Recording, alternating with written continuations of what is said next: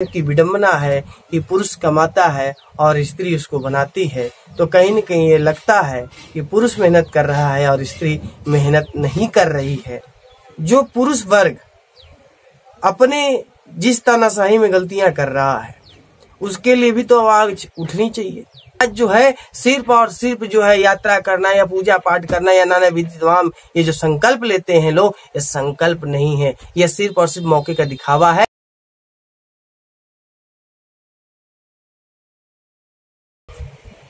दोस्तों नमस्कार, मैं आपका साथी केशव विवेकी। आप सभी स्वस्थ और मस्त होंगे और कहीं न कहीं इंतजार मेरे वीडियो का आप सभी को रहता होगा और उसी के साथ कहीं न कहीं आपके अंदर भी वही उबाल वही जुनून होगा जो मेरे अंदर कभी न कहीं रहता ही रहता है। और विषय जिस तरह से चर्चा का कड़ी लगातार स्त्री विमर्श की तरफ है, उसी कड़ी में हम चलते हैं और पहले विचार से जुड़ते हैं। जिगर मुरादाबादी की एक पंक्ति है जिससे हम कहीं न कहीं जुड़ते हैं और कह सकते हैं कि आपके दिलों में पहले से होगा। उन्होंने कहा कि ये इश्क नहीं आशा, इतना ही समझ लीजिए, एक आग का दरिया है और डूब के जाना है, एक आग का दरिया है और डूब के जाना है। मित्रों, आप अगर जिगर मुरादाबादी की बातों को अगर देखते चलें और वर्तमान भारतीय परिप्रेक्ष्य में जिस तरह से आज जो है कपल्स के बीच संबंध चल रहे हैं भाई, वहाँ विचार करना जरूरी है।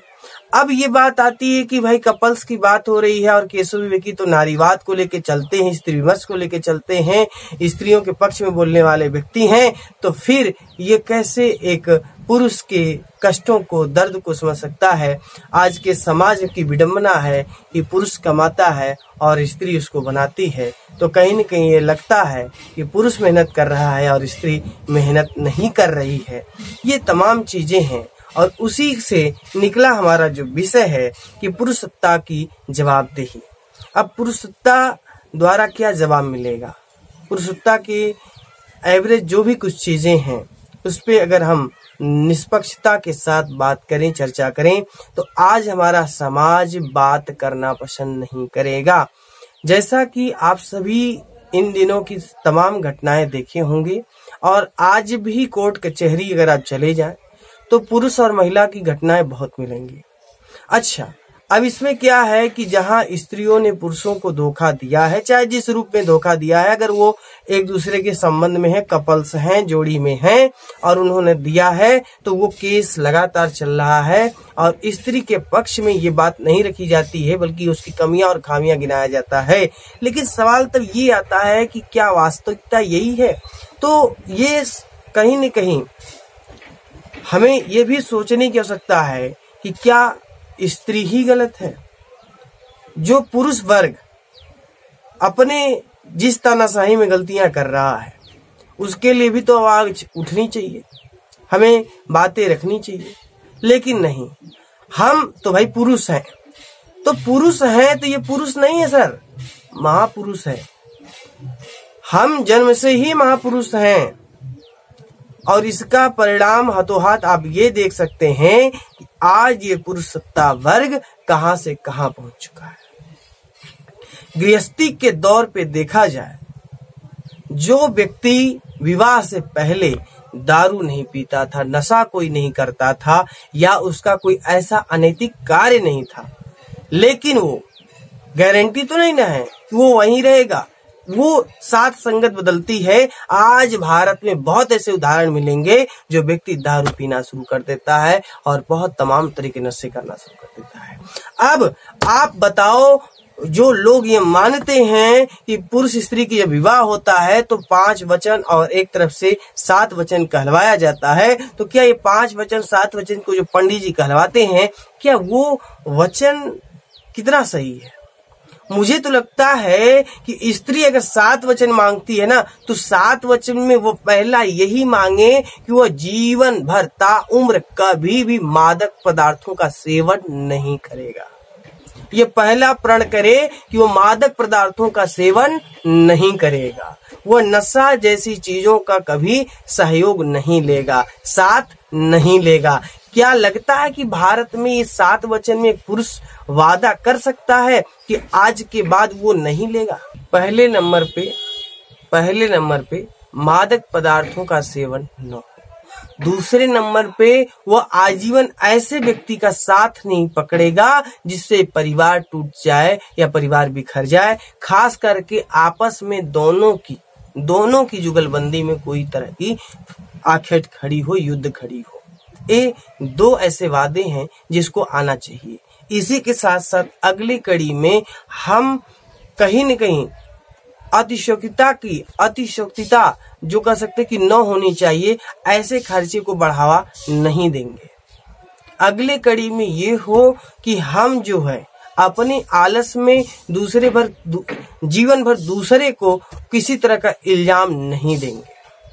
आगे की कड़ी में ये हो कि जीवन में हम कोई काम निर्णय से, सहमति से एक साथ करेंगे, वरना काम नहीं करेंगे।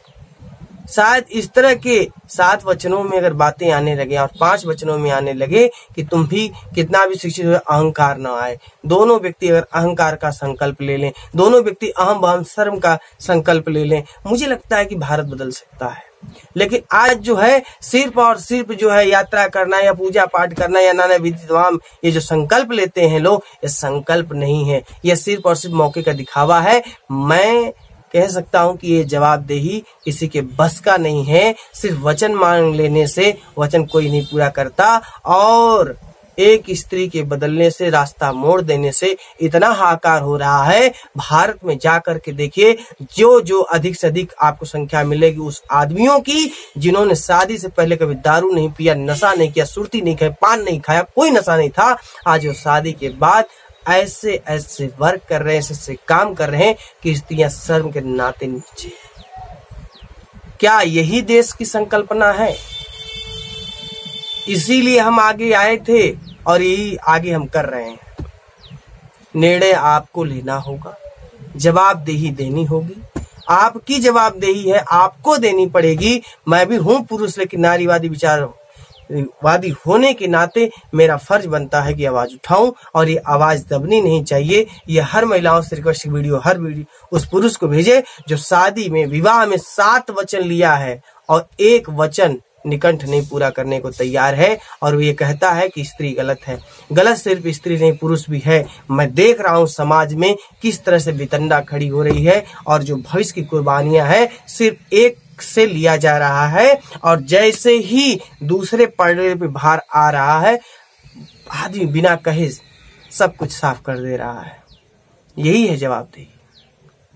तो ये सवाल भी है, लोगों के लिए प्रश्न चिन्ह खड़ा है, और कहीं न कहीं एक आलोचना भी है, और कहीं न कहीं हम जिस परिवारवादी व्यवस्था को निर्माण करके समाज में आगे बढ़ते हैं, वो बृहद व्यवस्था पर भी सवाल है कि क्या ये जो हमारी शादी विवाह संस्था है, उसकी क्या यही जिम्मेदारी है कि वो यही संकल्प दिलाए, सिर्फ वो अपने संकल्प को 7 जो वचन दिलाते हैं, 5 वचन दिलाते हैं, इसको खोल करके आए सामने, और ये वादे में वादा पूरा रखाएं कि वो जीवन पर्यंत कभी व्यक्ति नशा नहीं करेगा। आज बहुत अच्छे से अच्छी गृहस्थी सिर्फ इसलिए टूट जा रही है क्योंकि मनमाने ढंग से खर्च होता है, अतिशयोक्तिता पे खर्च होता है, और कहीं न कहीं नशा जैसी व्यवस्था आने की वजह से वो पूरा परिवार ही ध्वस्त हो जाता है।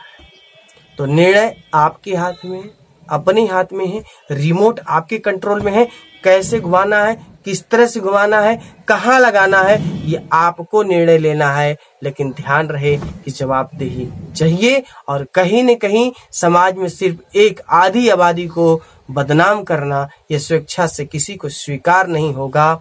और आज के विचार में मैं अंत में बस यही कहूंगा, जीवन को लेकर के अज्ञे ने कहा था, फूल को प्यार करो, फूल को प्यार करो, पर झरे तो झर जाने दो। जीवन का रस लो, जीवन का रस लो, देह मन आत्मा की रचना से, देह मन आत्मा की रचना से, पर जो मरे उसे मर जाने दो, पर मरे जो उसे मर जाने दो। तो परिस्थिति के अनुसार आदमी को ढलना पड़ता है, लेकिन किसी तरह से नशा कर करके परिवार को बर्बाद करना, एक लड़की के भविष्य को बर्बाद करना, ये ना मुझे स्वीकार होगा, ना आने वाले कल में आपको स्वीकार होगा। बस निर्णय आप सभी के हाथ में है। मिलते हैं अगली चर्चा में, तब तक के लिए धन्यवाद। जय हिंद, जय भारत, वंदे मातरम।